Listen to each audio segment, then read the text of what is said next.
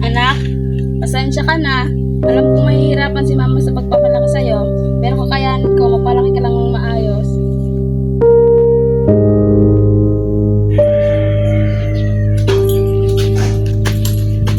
Nay! Anong ulam, Nay? Magpili ka muna doon lang sa kanto. Sige po.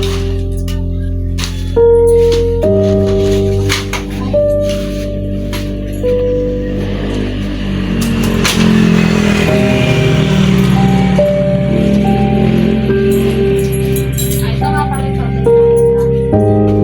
Nay! May project nga po pala kami sa school. Ito. Salamat, Nay.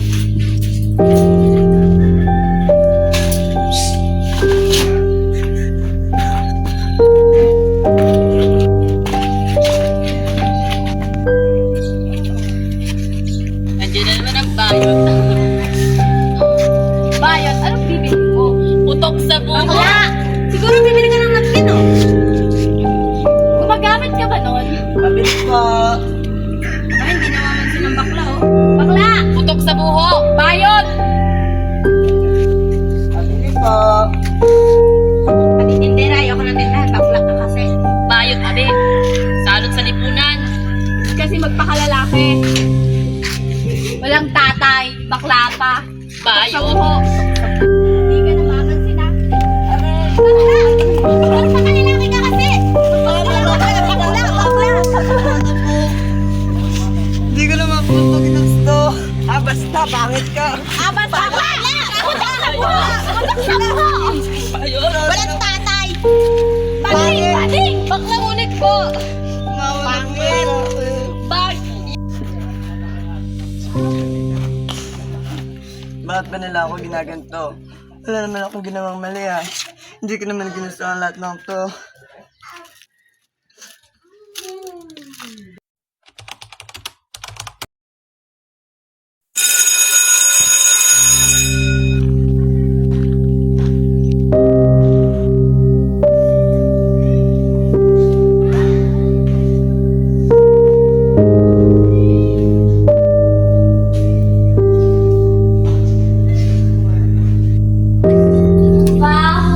Sila ba yung bakla?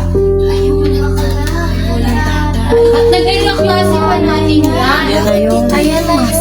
Ala, ang baho. Oh my God.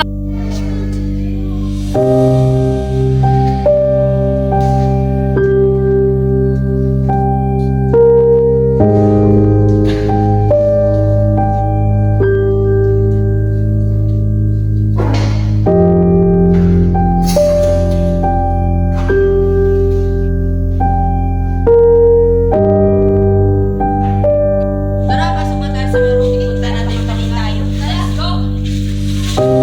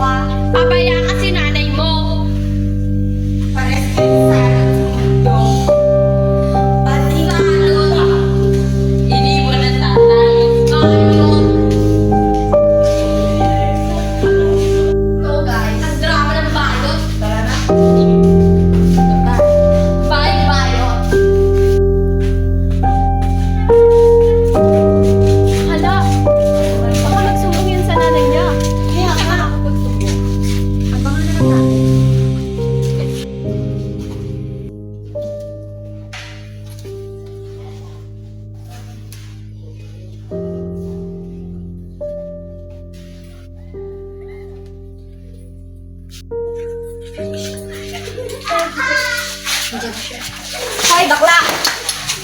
Wala.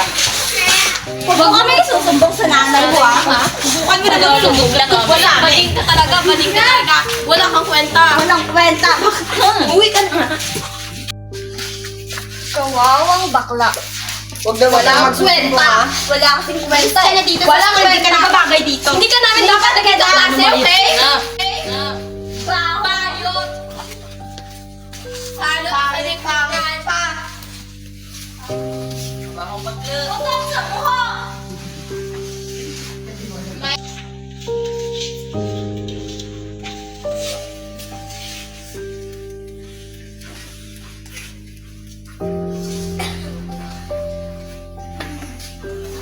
Bakit kaya nila ako ginaganto?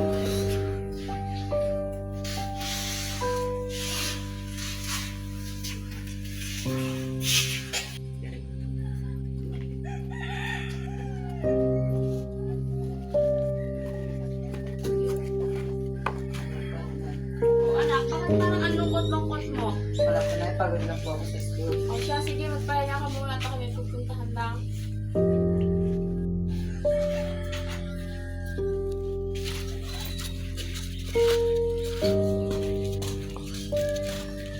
Ano ba? Nakakapagod sa mundo ito.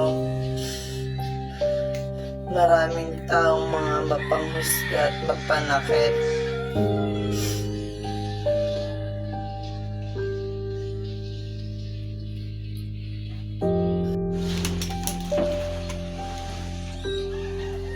Ito na kaya ang sagot sa mga problema ko.